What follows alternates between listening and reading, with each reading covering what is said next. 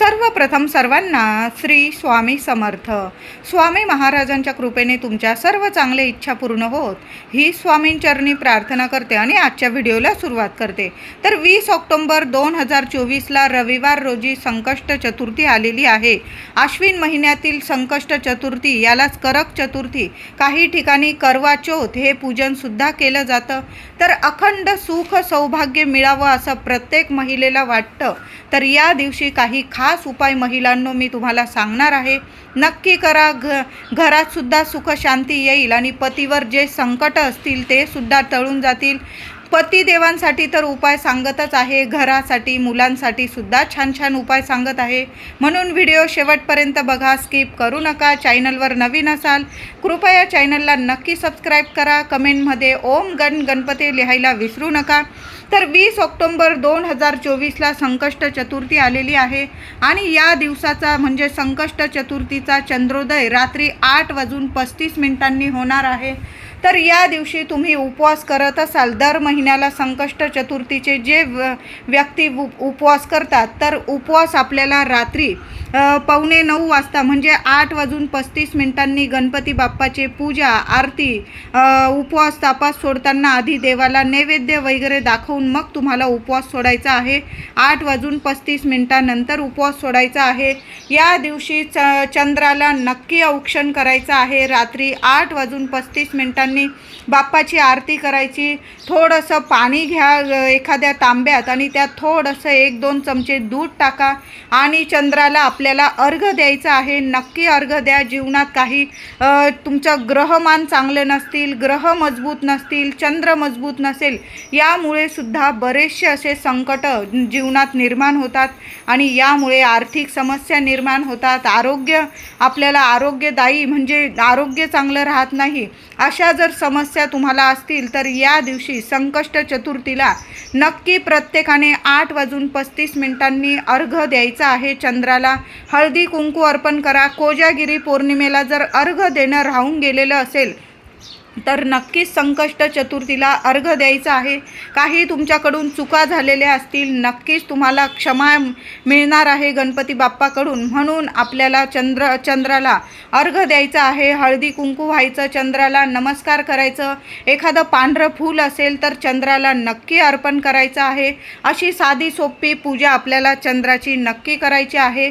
आपल्या गणपती बाप्पाची छान पूजा करायची आहे. या दिवशी सर्वांनी लवकर उठायचं आहे.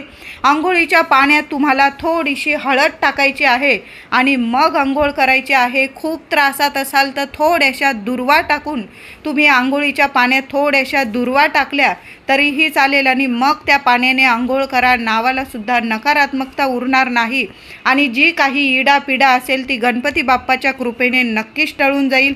तर या दिवशी आपल्याला गणपती बाप्पाला सकाळी लवकर उठून गणेशाचे पूजन करायचे आहे.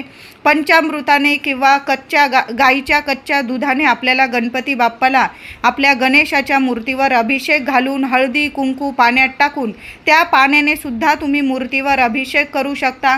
तुमच्यावर आहे, तुम्हाला पंचामृताने अभिषेक करायचा असेल पंचामृताने करा, दुधाने करायचा दुधाने करा किंवा पाण्यात हळदी कुंकू टाकून त्या लाल भडक पाण्याने सुद्धा तुम्ही गणपती बाप्पाला, लाल पिवळ्या पाण्याने सुद्धा गणपती बाप्पाला, हे पाणी खूप प्रिय आहे गणपती बाप्पाला, या पाण्याने अभिषेक नक्कीच करायचा आहे. अभिषेक करताना ओम गणपते नमः, ओम गणपते नमः मंत्राचा जप करायला अजिबात विसरू नका. नाहीतर अथर्व शीर्षाचे पठण करा. ज्यांचं अथर्व शीर्ष पाठ आहे, तोंडी पाठ आहे, त्यांनी अथर्व शीर्षाचं पठण करत गणपती बाप्पाला अभिषेक करायचा आहे. नाहीतर आपल्या गणपती बाप्पाचा मंत्र जपत आपल्याला अभिषेक करायचा आहे. नंतर पुन्हा स्वच्छ पाण्याने अभिषेक करायचा आहे. तुम्ही हळदी कुंकवाच्या पाण्याने अभिषेक घातला असेल बाप्पाला तर दुसऱ्या तामणात ठेवून पुन्हा स्वच्छ पाण्याने अभिषेक घालायचा आहे. किंवा कच्च्या गाईच्या दुधाने तुम्ही अभिषेक घातला असेल तर स्वच्छ पाण्याने अभिषेक करा आणि ते तीर्थ मुलांना आईने अवश्य चमचा भरका होईना प्यायला द्यायचं आहे. अभिषेक घातलेलं तीर्थ आपल्या मुलांना थोडेसे पिण्यास दिल्याने, बुद्धीच्या देवतेचे हे तीर्थ जर आपण मुलांना पिण्यास दिले तर मुलांची बुद्धी तल्लग होते. मुलं अभ्यासात खूप प्रगती करतात. प्रत्येक संकष्ट चतुर्थीला गणपतीला अभिषेकाचे तीर्थ, गणपती बाप्पाला अभिषेक घातलेले तीर्थ आपल्या मुलांना नक्की प्यायला द्यायचं आहे. बाप्पाचा कृपा आशीर्वाद आपल्या मुलांवर कायम राहतो. कुठलाही संकट बाप्पा आपल्या लेकरा बाळांवर येऊ देत नाही. वरच्यावर ती संकट टळून जातात. म्हणून आईने हा उपाय नक्की करा. मुलांना जवळ बसवा. या दिवशी मुलांकडून सुद्धा अथर्व शीर्ष बोलून घ्या किंवा गणपती स्तोत्र बोलून घ्या. हळूहळू 1-2 चतुर्थीमध्ये त्यांचं पाठ होऊन जाईल. रोज जरी ह्या चतुर्थीपासून सुरुवात केली, पुढच्या चतुर्थीपर्यंत तुमची मुलं स्वतःहून अथर्व शीर्ष बोलायला लागतील, गणपती स्तोत्र बोलायला लागतील. नक्की मुलांची अभ्यासात खूप प्रगती होईल. गणपती बाप्पाची नक्कीच भरभरून कृपा होईल. या दिवशी गणपती बाप्पाची स्थापना आपल्याला तांदळाची रास करा. छान अभिषेक घातल्यानंतर स्वच्छ पाण्याने अभिषेक घालून मूर्ती छान पुसून घ्या. देवघरात जिथं रोज स्थापना करतात तिथं थोडीशी तांदळाची रास करायची आहे आणि त्या राशीवर, तांदळाच्या राशीवर बाप्पाची स्थापना करायची आहे.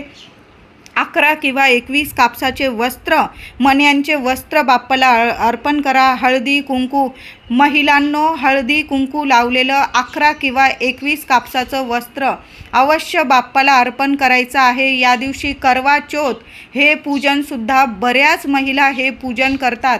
करक चतुर्थी म्हणून ही चतुर्थी साजरी केली जाते. अखंड सुख सौभाग्य आपल्याला पाहिजे असेल तर बाप्पाचं ह्या दिवशी छान पूजा करा. प्रत्येक महिलेला अखंड सुख सौभाग्य प्राप्त करून देणारी ही चतुर्थी असते. म्हणून बाप्पाला या दिवशी छान अभिषेक घालून पूजा करा. 11 किंवा 21 मण्यांचं, म्हणजे त्याला हळदी कुंकू, कापसाच्या मण्यांच्या त्या वस्त्राला हळदी कुंकू लावा आणि बाप्पाला आपली इच्छा बोलून ते वस्त्र अर्पण करायचं आहे. आयुष्यभर तुम्हाला कसलीही कमी राहणार नाही. 21 दुर्वांची जुडी स्वतःच्या हाताने बनवायची आहे. महिलांनो, संपूर्ण कुटुंबाने गणपती बाप्पाला 21 दुर्वांची जुडी, महिला असो पुरुष असो कोणीही एक जुडी बाप्पाला अर्पण करायची आहे. तर आता बाप्पाला अर्पण करताना जुडी तशीच कधी अर्पण करू नका. तर या दिवशी करवा चौथ म्हणून हा दिवस साजरा केला जातो. महिलांनो, दुर्वांच्या जुडीला थोडंसं हळदी कुंकू लावा. स्वतःच्या कपाळी हळदी कुंकू लावा. बाप्पाच्या चरणी हळदी कुंकू अर्पण करा आणि मग मनातली इच्छा, तुमच्या पतीविषयी, मुलांविषयी, घराविषयी जी इच्छा असेल तुमची ती बाप्पाला सांगून प्रार्थना करून ती इच्छा पूर्ण करण्यासाठी जुडी बाप्पाला अर्पण करायची आहे. बघा, लवकरात लवकर तुमच्या जीवनातील संकट, त्रास, इडापिडा, दुःख दूर करेल बाप्पा आणि तुमची प्रत्येक इच्छा पूर्ण करणारी ही 21 दुर्वांची जुडी आहे. बाप्पाला अशी जुडी नक्की अर्पण करा. ज्यांचे लग्न ठरत नाही त्यांनी या दिवशी 21 दुर्वांची जुडी घ्यायची, त्याला फक्त हळद लावायची. मुलगा असो मुलगी असो त्यांनी फक्त हळद लावायची. मनातली इच्छा बोलून घ्या की माझं लग्नातील अडथळे दूर होऊ द्या, लवकरात लवकर लग्न जुळून येऊ द्या. बघा, तुळशी विवाह होण्याच्या आत तुमचं लग्न जुळून येईल. इतका सुंदर दिवस आहे हा करक चतुर्थी म्हणून. तर वर्षातील सर्वात मोठा हा दिवस आहे. लग्न जुळत नसेल, अडचणी येत असेल तर त्या मुलाने किंवा मुलीने बाप्पाला हळदी कुंकू अर्पण करायचं आहे आणि दुर्वांची जुडी अर्पण करताना त्या दुर्वांच्या जुडीला फक्त हळद लावा आणि तुमची मनातील इच्छा बोलून बाप्पाच्या चरणी दुर्वांची जुडी अर्पण करायची आहे. मंदिरात गेला एखादं नारळ अर्पण करा, जास्वंदाचं फूल अर्पण करा, काहीतरी मिठाई गोडधोड. आपल्या बाप्पाला मोदक लाडू खूप प्रिय आहे. थोडेसे का होईना 1.25 पाव पेढे किंवा मोदक किंवा लाडू नक्कीच बाप्पाला अर्पण करायचा आहे आणि तो प्रसाद खाऊन तुम्ही उपवास करत असाल तर तो प्रसाद खाऊन तुम्हाला उपवास सोडायचा आहे. सुंदर दिवस आहे. नक्की सर्वांनी या दिवशी आपल्या बाप्पाची नक्की सेवा करायची आहे. महिलांनो, गोडाधोडाचा नैवेद्य या दिवशी बाप्पाला नक्की दाखवा. चंद्रोदय 8:35 आहे. तेव्हा जरी तुम्ही बाप्पाला गोड लाडू, पेढे, मोदक नैवेद्य दाखवला, काही नाही जमला तुम्हाला गूळ खोबऱ्याचा नैवेद्य दाखवला तरीही चालेल. मुलांच्या चरणी आता आईने, प्रत्येक आईला वाटतं आपल्या लेकरांची खूप प्रगती व्हावी, तर बाप्पाच्या चरणी आईने तुम्ही मंदिरात गेला तरीही चालेल, घरी सेवा केली तरीही चालेल. बाप्पाजवळ मूठभर मूग आपल्या मुलांच्या प्रगतीसाठी, मुलांच्या अडचणी येत असेल काही अभ्यासात, क्षेत्रात किंवा नोकरीत वगैरे, लग्न कार्यात, तर आईने मूठभर मूग घ्यायचे आहे आणि बाप्पाजवळ एक वाटी ठेवायची आहे आणि तिथं ते मूठ आपली इच्छा बोलून उजव्या हातात मूग घ्यायचे आहे आणि इच्छा बोलून घ्यायची मुलांसाठी आणि ते मूग बाप्पाच्या चरणी अर्पण करायचे. बाप्पाच्या चरणी मूग अर्पण करताना किमान 21 वेळा आपल्याला गणपती बाप्पाचा मंत्र म्हणायचा आहे. ओम गण गणपते नमः, ओम गण गणपते नमः. हा मंत्र बोलला तुम्ही तरीही चालेल आणि ते मूग आपल्याला गणपती बाप्पाला अर्पण करायचे आहे. दुसऱ्या दिवशी ते मूग उचलून घ्यायचे आणि एखाद्या मंदिरात तुम्ही जाऊन ते अर्पण करून आला किंवा तुमच्याकडं गाय वगैरे येत असेल तिला खाऊ घातले ते मूग तरीही चालेल. मुलांकडून या दिवशी 1 वेळा का होईना अथर्व शीर्ष बोलून घ्या, गणपती स्तोत्र बोलून घ्या किंवा 21 वेळा ओम गण गणपते नमः, ओम गण गणपते नमः हा मंत्र जप नक्की करून घ्यायचा आहे. संकष्ट चतुर्थीच्या दिवशी बऱ्याच ठिकाणी करवा चौथ हे पूजन केले जाते. म्हणजे करक चतुर्थी आपल्या सुख सौभाग्यासाठी, अखंड सौभाग्य प्राप्त होण्यासाठी, आपल्या पतीला उदंड आयुष्य मिळावं म्हणून ही करवा चौथ करक चतुर्थी साजरी केली जाते. तर काय करायचं त्या दिवशी रात्री चंद्रोदयाच्या वेळी 8:35 गणपती बाप्पाची आपण सकाळी तर पूजन करणारच आहोत. पुन्हा गणपती बाप्पाची तुम्ही पुन्हा अभिषेक नाही घातला तिथंच बाप्पाला हळदी कुंकू अर्पण करून फुलं अर्पण करा. पुन्हा दुर्वा अर्पण करायचे आहे. पुन्हा 1 दुर्वांची जुडी अर्पण केली. 1 लाल गुलाबाचं फूल किंवा जास्वंदाचं फूल आपल्या बाप्पाला अर्पण करायचं आहे. हळदी कुंकू अर्पण करायचं आहे. गोडाचा काहीतरी नैवेद्य दाखवायचा.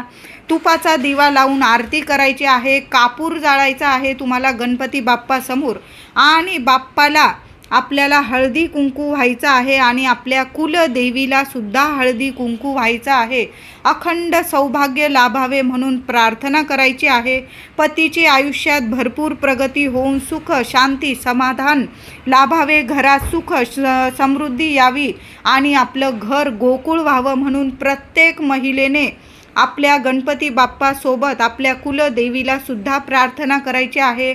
हळदी कुंकू अर्पण करायचं आहे. आणि काय करायचं, रात्री उपवास करत असाल तर उपवास सोडण्याआधी हा उपाय करायचा आहे. आणि उपवास नसल करत तरी पण चंद्रोदयाच्या वेळी 8:35 गणपती बाप्पाला हळदी कुंकू अर्पण करायचं. आपल्या कुलदेवीला हळदी कुंकू अर्पण करायचं. तुमच्याकडं माता लक्ष्मीची श्रीयंत्र असेल, मूर्ती असेल, फोटो असेल, कुलस्वामिनीचा टाक असेल तिथं तुम्हाला हळदी कुंकू अर्पण करायचं आहे. बरोबर चंद्रोदयाच्या वेळी तुम्हाला अर्पण करायचं हळदी कुंकू आणि तिथलंच हळदी कुंकू घ्यायचं आणि तुमच्या मनात जी इच्छा असेल पतीविषयी अखंड सुख सौभाग्य लाभू दे अशी प्रार्थना करून तुम्हाला गणपती बाप्पाजवळचं पायाजवळील कुंकू आपल्या कपाळी लावायचं आहे. थोडंसं कुंकू हळदी कुंकू आपल्या मंगळसूत्रांच्या वाट्यांना सुद्धा लावायचं आहे. परत दुसरा हळदी कुंकू आपल्या कुलदेवीला अर्पण केलेलं पुन्हा तिथलं हळदी कुंकू उचलायचं महिलांनो आणि आपल्या कपाळी लावायचं. थोडंसं हळदी कुंकू आपल्या मंगळसूत्रांच्या वाटींना लावायचं आहे. दोन्ही वाटींना तुमचं पॅन्डेल असेल तर त्याला सुद्धा लावलं तरीही चालेल. खूप सुंदर अनुभव आल्याशिवाय राहणार नाही. खूप छान सुंदर सेवा आहे. गणपती बाप्पाला हळदी कुंकू व्हा, कुलस्वामिनीला हळदी कुंकू व्हा. करक चतुर्थी आहे, मोठा दिवस आहे. अखंड सुख सौभाग्य प्राप्ती व्हावी म्हणून हा दिवस वर्षातला सर्वात मोठा दिवस आहे. दिवाळीच्या आधी जी संकष्ट चतुर्थी येते त्याला करक चतुर्थी करवा चौथ साजरी करतात महिला. म्हणून या दिवशी पतीला उदंड आयुष्य लाभावं, आरोग्य लाभावं म्हणून प्रत्येक महिला आपल्या बाप्पाजवळ प्रार्थना करत असते. आपल्या कुलस्वामिनीला प्रार्थना करून आपल्या ज्या इच्छा असते त्या पूर्ण करण्यासाठी प्रार्थना करत असते. म्हणून हळदी कुंकू बरोबर चंद्रोदय झाला 8:35 की बाप्पाला हळदी कुंकू व्हा, आपल्या कुलस्वामिनीला व्हा, फुलं व्हा. कुलस्वामिनीला एखादी वेणी आणलेली असेल तर नक्कीच व्हा आणि ती वेणी नंतर तुम्ही आपल्या डोक्यात माळली तरीही चालेल आणि ती बाप्पाजवळील आणि आपल्या कुलस्वामिनी जवळील आपल्या डोक्याला आणि आपल्या मंगळसूत्राला हळदी कुंकू लावायला विसरू नका. खूप छान अनुभव येईल महिलांनो. नक्की हा उपाय करायचा आहे. नंतर तुम्ही उपवास सोडायचा आहे. पती, मुलं, घरातल्या सर्व व्यक्तींसोबत बाप्पाला आपल्या नैवेद्य दाखवून तो नैवेद्य ग्रहण करून तुम्ही आपल्या बाप्पाची आरती करायची. कापूर आरती करायची आहे. कापूर आरती करताना तुम्ही त्या कापरावर 2-3 लवंग, 2 किंवा 5 लवंग जाळा. थोडंसं गाईचं तूप टाका आणि थोडासा एखादा गुळाचा खडा जर जाळला, संपूर्ण घरात हा धूर फिरवायचा आहे. नावाला सुद्धा नकारात्मकता तुमच्या घरात येणार नाही आणि तुमच्या पती पत्नीमध्ये जे मतभेद असतील त्या गुळाच्या वासाने गोडवा निर्माण होईल आणि गणपती बाप्पाची तुमच्यावर भरभरून कृपा होईल. म्हणून थोडासा गुळ आणि 2 लवंग कापरावर नक्की जाळायचा आहे. सुंदर अनुभव येईल तुम्हाला. 2-3 थेंब तुपाचे पण टाका, गाईच्या शुद्ध तुपाचे कापरावर, किंवा कापूर तुम्ही भिजवून द्यायचा आहे तुम्ही तुपामध्ये आणि त्या कापूर वड्या जाळल्या तरीही चालेल.